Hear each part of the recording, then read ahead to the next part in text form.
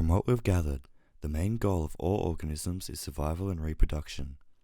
Bacteria and simple cell organisms will continue to survive and reproduce as long as there are enough resources for their survival. Ants can form supercolonies of hundreds of millions, stretching kilometers. Rats, cockroaches, and mosquitoes can be found on every continent except Antarctica. If there are enough resources, organisms will spread exponentially. However, there are many things that stop this spread. Resources are not infinite, so organisms compete, and whatever species is most adapted to their environment will dominate. However, the dominance of humans is unprecedented. Instead of adapting to the environment around us, we have manipulated it to suit our needs. More than 70% of land that is not ice is under our control. We kill off organisms that get in our way and breed the ones that suit our needs.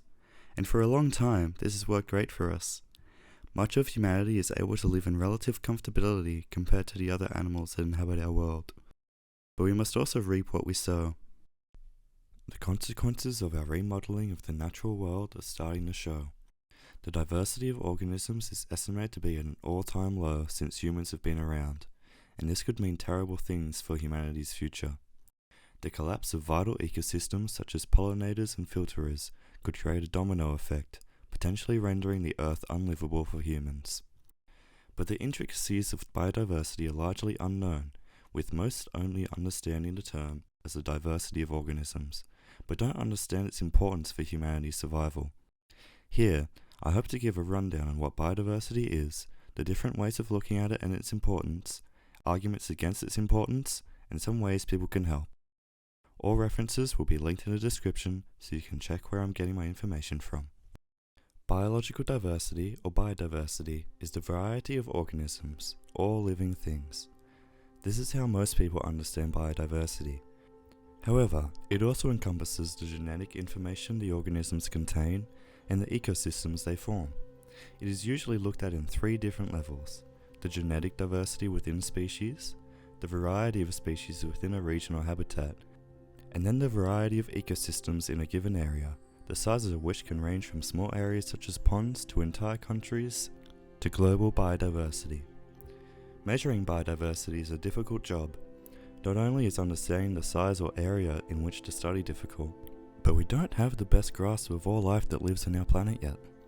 It is estimated that the current number of species on Earth range from 2 million to 1 trillion, with only 1.74 million being databased, and only 1,000th of 1% being described. It is insane to comprehend just how much we don't know about the planet we live on and its inhabitants. Unfortunately, we have a time limit to catching them all. Many of these wonders seem set to disappear forever. You might have heard that we are currently going through a 6th global extinction event, encompassing a major biodiversity crisis. We know that humans are the main cause of this, and so far, it has proven irreversible.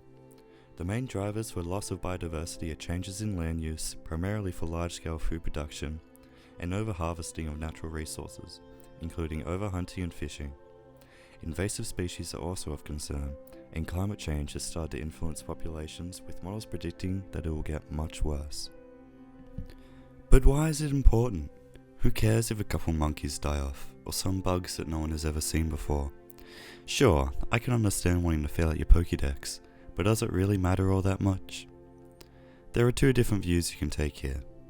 One, that all life has inherent value and should be protected, otherwise known as biocentrism, or that value is human-centered and all other beings are means to humans' ends, known as anthropocentrism. This is a large and complicated topic, with many arguments both for and against biocentrism and anthropocentrism. I'll try and jot down some of the main points of both now though. Biocentrism claims that humans are no different from the rest of nature, that humans are in no way superior to any other organism. This means that non-human organisms deserve the same equality of consideration as we give humans. Peter Singer, known for his highly influential 1975 book, Animal Liberation: A New Ethics for Our Treatment of Animals, argues that any organism capable of suffering is worthy of his equal consideration. with his line of argumentation following that membership in the species of Homo sapiens as a criterion of moral importance is arbitrary, and that only sentience is a plausible criterion, and as such, we should extend to animals the same equality of consideration that we give to human beings. However, this obviously is not fully biocentric, as it leaves out organisms which are not sentient and cannot suffer, but it is still one worldview which many see as biocentric. A fully biocentric view is provided by Paul W. Taylor in his 1986 book, Respect for Nature, A Theory of Environmental Ethics, with his line of thinking following that humans are part of an interdependent community of organisms, and each organism has a different purpose or reason for being, which is inherently good, and humans are no better or different to this. Of course, biocentric ideas are not new. Many religions such as Islam, Hinduism, Jainism, and Buddhism all propose some kind of biocentrism, with the main idea being that humans are no better than the rest of nature, either because all of creation belongs to God and we have no place disrupting that for our needs and wants, or to simply be one with nature.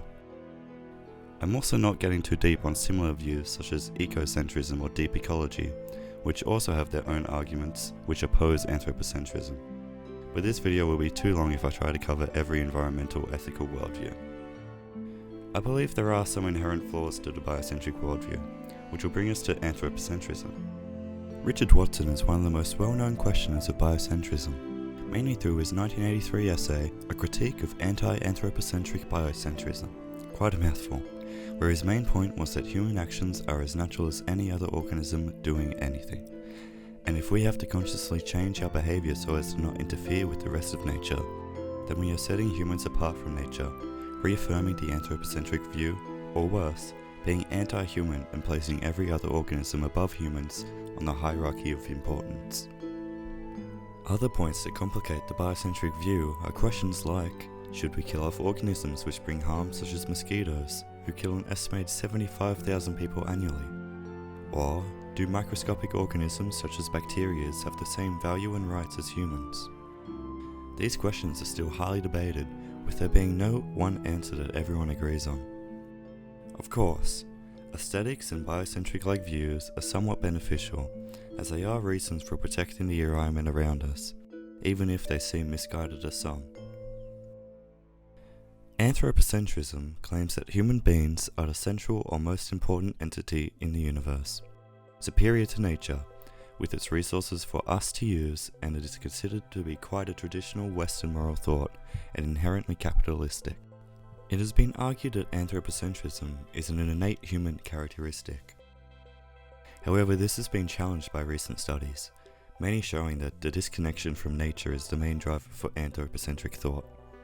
However, in Western society, it has been such a dominant worldview for so long that it is pretty difficult to consider other perspectives fully. It has also been argued that anthropocentrism comes from Christian traditions, mainly through verse 126 in the book of Genesis. And God said, "Let us make man in our image, after our likeness, and let them have dominion over the fish of the sea, and over the fowl of the air, and over the cattle, and over all the earth, and over every creeping thing that creepeth upon the earth." However, other biblical stories like that of Noah's Ark push the concept that humans have a duty from God to protect the organisms that inhabit our earth with us as well.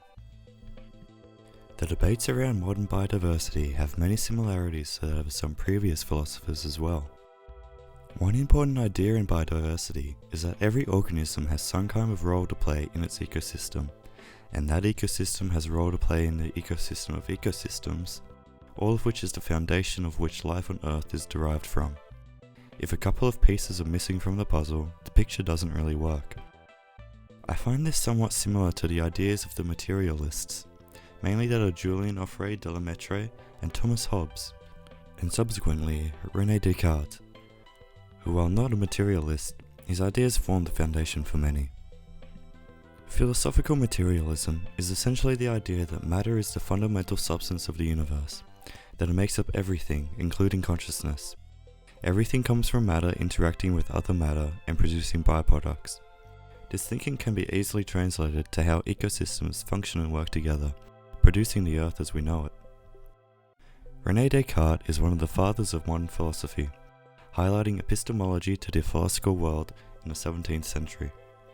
The main idea I enjoy from Descartes is his animal-machine notion, that animal behaviour can be compared to machines, and a simile of pieces that cannot think or be conscious. While I'm not sure I completely agree with that, the idea of animals all working together like a finely tuned mechanical machine mirrors the functions of biodiversity quite well. This can be seen through the mechanisms animals use in their ecosystems, ranging from predation to natural selection.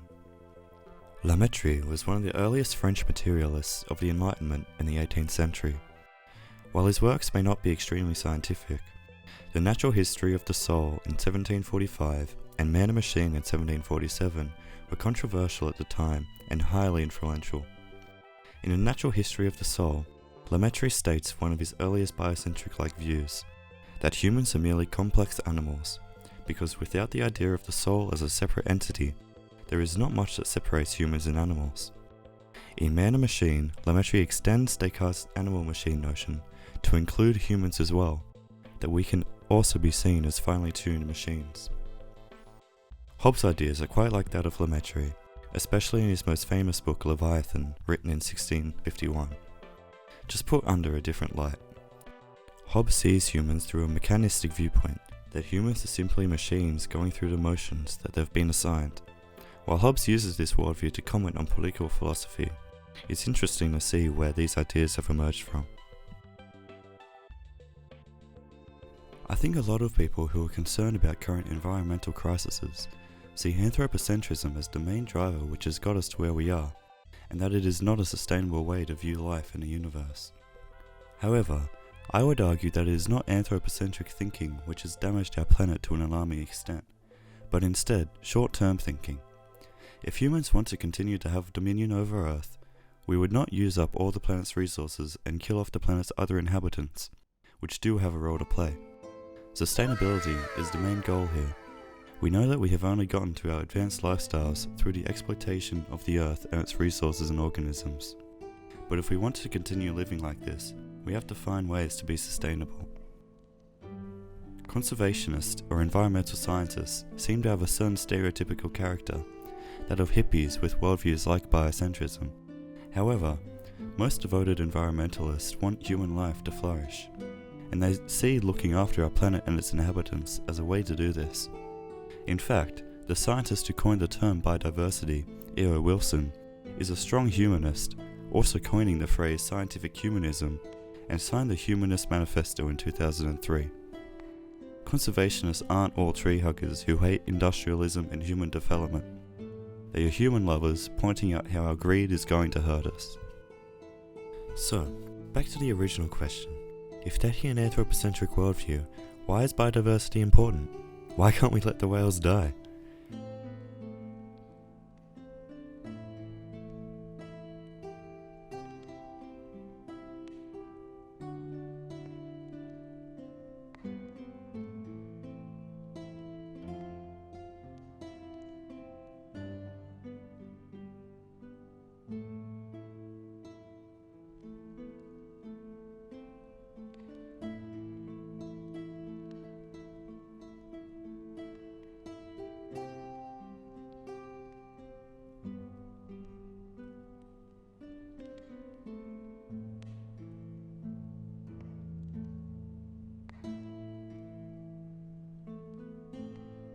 This continues on and on until something resembling the biodiversity of Earth comes along, as we benefit greatly from many of the plants and animals that we live with.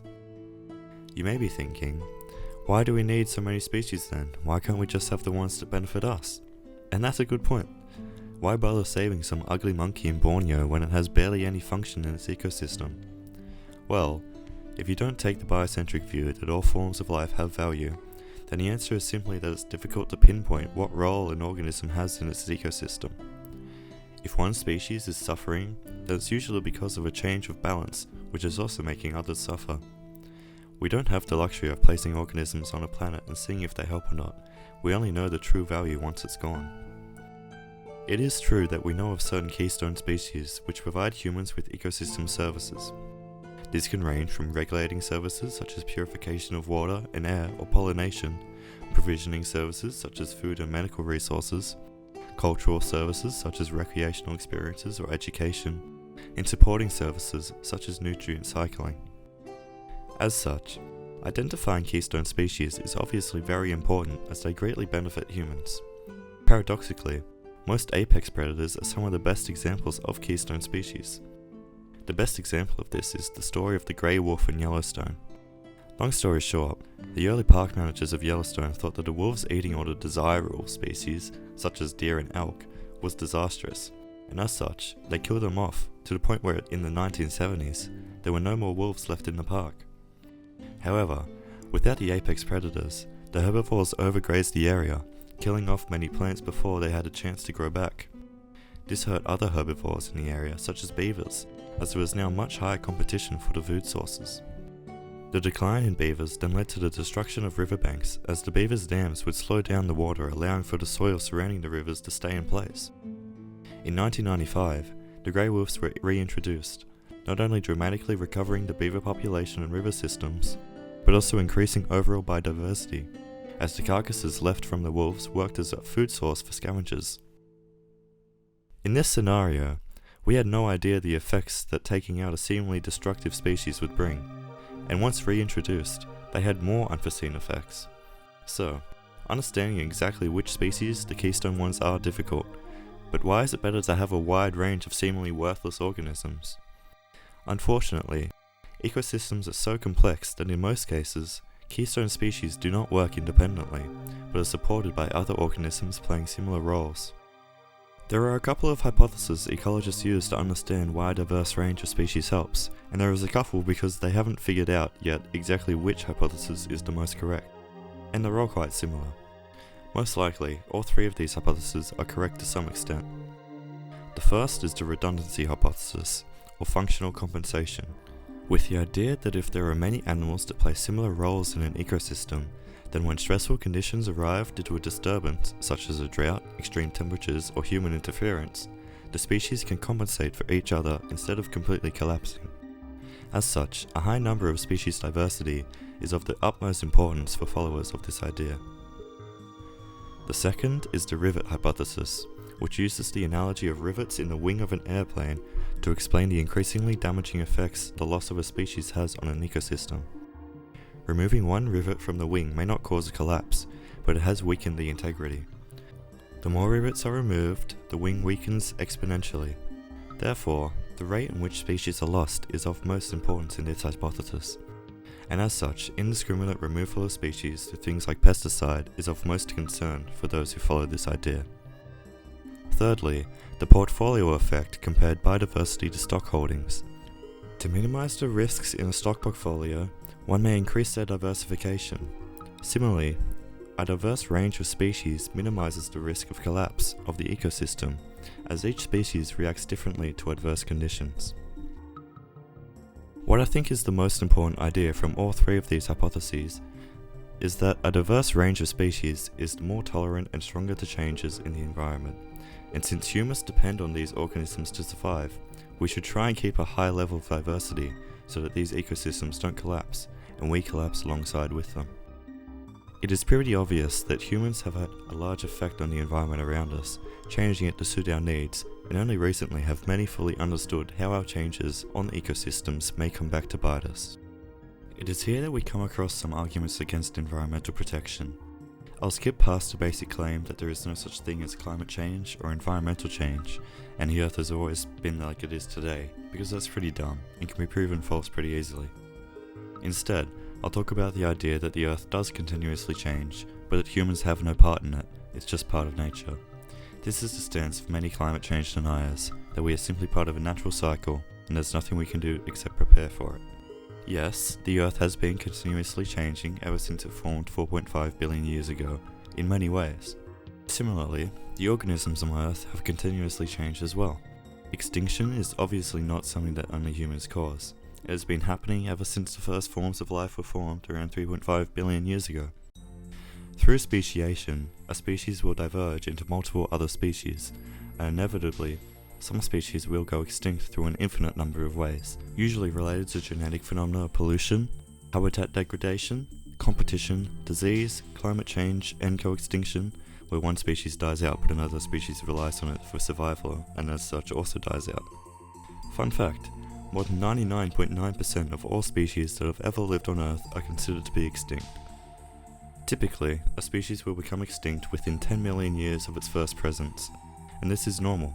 Occasionally, however, the rate of extinction dramatically increases, causing events known as mass extinctions. There are still disagreements about what exactly constitutes a mass extinction, with estimates of exactly how many mass extinctions the Earth has gone through ranging from 5 to 20. However, the most common number is 5, which was first posited by Jack Sapkowski and David N. Raup in the early 1980s. The largest of the big 5 mass extinctions was at the end of the Permian period, where 90 to 96% of all species were killed. The more famous mass extinction is probably the Cretaceous to Paleogene, or KPG extinction, which killed off 75% of all species, including all non-avian dinosaurs. While we can never be 100% certain about the exact causes of these mass extinction events, scientists do have some theories. These include flood basalt events, pretty much giant volcanic eruptions, sea level fall, where a flow enough would expose continental shelf areas where the majority of marine life is located, and also disrupt weather patterns, impacting land life as well. Then you got some extraterrestrial threats such as large asteroids or gamma ray bursts. Geomagnetic reversals may weaken the Earth's magnetic field to where a solar wind will sweep away the atmosphere. Plate tectonics moving around could also mess things up pretty bad. Significant and sustained global cooling is also a possibility, but significant and sustained global warming poses more of a risk. This is because, while it may not be the direct cause of killing off species, it lowers available habitats for temperate species and increases the volume of water in the water cycle. It could also break up methane clathrates on continental shelves, releasing large amounts of methane into the atmosphere, making the global warming much more severe. Anoxic events, where the middle and occasionally upper parts of the ocean lose their oxygen, is also due to prolonged global warming. However, this is usually due to massive volcanism. Pretty much though, significant and sustained global warming is pretty bad. What constitutes significant and sustained is still up to some debate, as it's hard to know exact levels of temperature of greenhouse gas. What is also very bad is a fast rate of temperature change, with rates exceeding 10 degrees Celsius per million years coinciding with the big 5 mass extinction events. The question must be asked, are we on the same path? Well, while in the past global warming has usually been because of flood basalt events, which last millions of years, the current warming is due to the burning of fossil fuels which release greenhouse gases such as carbon dioxide into the atmosphere. The size and speed at which the Earth is warmed is the main concern, as it is abruptly altering ecosystems. Extreme weather events such as drought and high temperatures disturb ecosystems and can worsen disasters such as bushfires. The ocean is most at risk, however, as the ocean sequesters carbon dioxide from the atmosphere, acidifying the water, making it difficult for mollusks to create their shells due to the main mineral composition of their shells being calcium carbonate, which dissolves in acidic liquids. However, a slight acidification of the ocean will affect all organisms, not just mollusks. Heat waves bleach coral reefs, and algal blooms thrive in warmer conditions, which could have devastating effects on marine life. For biodiversity, our current levels of warming the climate, while showing some effects currently, is a problem that will most likely show its face in the future. Luckily, many efforts are being made to decrease greenhouse gas emissions, some even advising utilising our biodiversity to help mitigate negative effects, so that we will not have to face too many disasters.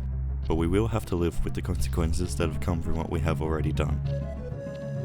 What threatens and has done the most amount of damage to recent biodiversity, however, is the present dominant species outcompeting every other species.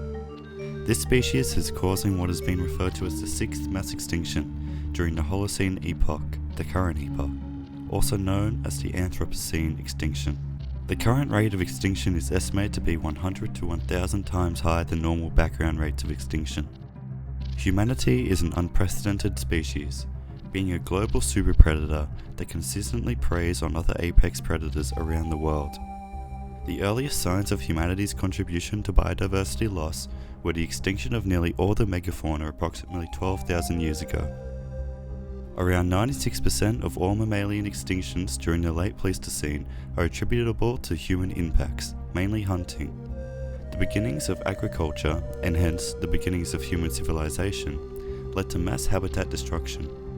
Furthermore, the developments of the Industrial Revolution led to massive exploitation and destruction of the environment to aid in human development. Again, if we take an anthropological view, putting humans first, some destruction of the environment and biodiversity was necessary for humanity to reach our current levels of advancement and comfort. Unrestrained greed, however, has continued to exploit the environment around us to points where restoration of these parts of the world are near impossible.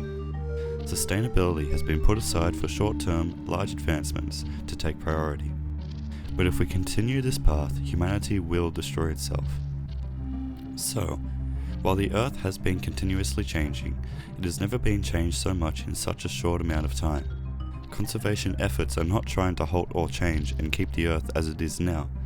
These efforts are to try and counteract the extreme change, to try and bring a balance, a fighting chance for biodiversity, because if nothing is done, we would all be dead. The unfortunate truth is that the biodiversity crisis is humanity's fault. Our technological advancements that make our lives better have meant that we are putting our future health as a species at risk. Much like with the issue of climate change, the only way to get back to a state before the Industrial Revolution, where the only carbon dioxide in the atmosphere was put there naturally, would probably involve having to completely change the society that we have created, which benefits us so much. With farming being one of the main sources of biodiversity loss, as well as fishing, hunting, and natural resource harvesting, we must remember that humans depend on these resources to be able to live. Unless massive shifts happen to our societies and lifestyles, we can only focus on making these practices more sustainable, rather than more radical options I see some taking of stopping these things altogether. And there are sustainable options, with many of these options being more profitable and just overall better. But it's a risk to do something new when for many of these issues, they have been run by families for many generations, where traditional ways of doing things are hard to change. And yes, renewables have come a long way and continue to improve, and we should be implementing them where they fit to limit our use of carbon emissions. But most societies on Earth still rely heavily on fossil fuels as renewables have their limits, and until renewables or batteries reach a point where most people won't have to change their lifestyles to make it work, I doubt there will be a lot of acceptance. I'm sure people will point out that renewables also have a large effect on biodiversity, and for things like dams especially, the environment must always be heavily considered. But, come on, compared to what has already happened due to emissions and what scientists predict for the future, it's a small price to pay, especially when renewables are used responsibly. If you need some more incentive to care about biodiversity, or if you want another reason to try and convince others that it matters, a study in 2017 found that for every dollar invested in conservation of biodiversity, there is a return of $7 US in other socio-economic benefits due to how much our economy and pretty much everything else is intertwined with the interactions of organisms and ecosystems. And currently, only about 0.002% of global GDP is invested in biodiversity conservation. Some of the misunderstandings that come from popular conservation campaigns are due to the campaign strategies used. Most environmental non-governmental organisations, or NGOs, use flagship species to gain funding and support from the public. This is why it is rarely ecosystems that are shown to the public, but instead the cute and cuddly animals like tigers, pandas, and koalas. There has been a lot of debate recently in conservation communities if flagship species are the most helpful way to gain support. Personally, I see NGOs using flagship species as detrimental, as it creates a kind of stereotype about supporting the environment as only wanting to save the aesthetically pleasing organisms. It does not educate people about why saving the ecosystem is important, instead only showing facts about how at risk the cute animal is. It breeds misinformation and miscommunication about the value of conservation. Of course, this doesn't mean that NGOs are bad things. NGOs don't only save the flagship species, they utilise the funding to support the surrounding ecosystem, which is obviously a very good thing. And it's understandable why flagship species are used. It is very hard to try and protect all the biodiversity in the world, so focusing on a species is fair enough. But, if we want true change, we need to focus on saving ecosystems instead of just single species. what can we do personally? Protests do definitely help change public opinion, which then leads to action. What improves this is being informed on the topics that you are being activists for though, and hopefully I've put down a baseline knowledge here. But, similarly to climate change, individuals aren't the ones having the big effects on biodiversity loss. Only governments have the power to control what happens to the habitats of organisms that are in danger. Personally, we can vote for parties who will put legislations in place and support political action aimed at protecting biodiversity. There is no one best NGO that tries to conserve all the biodiversity in the world. I suggest looking up some ones that appeal to you and seeing if you can donate, if you want to, or support in any other ways. As I said before, I don't think NGOs that use flagship species are the most useful, but they are still doing good work protecting endangered species. There are probably some local organisations that you could either support or volunteer for, so I suggest looking up some places in your area and seeing how you can help. It can be disconcerting knowing that there is so much going on that is out of most of our control. There are no simple solutions to the biodiversity crisis. Just like the climate crisis, large-scale efforts between countries and corporations are the only way a safe future can be guaranteed. We must surpass our archaic desires to consume until nothing is left, and instead focus on sustainable options that can be utilised indefinitely. That is the only way humanity will be able to have a prosperous and fruitful future.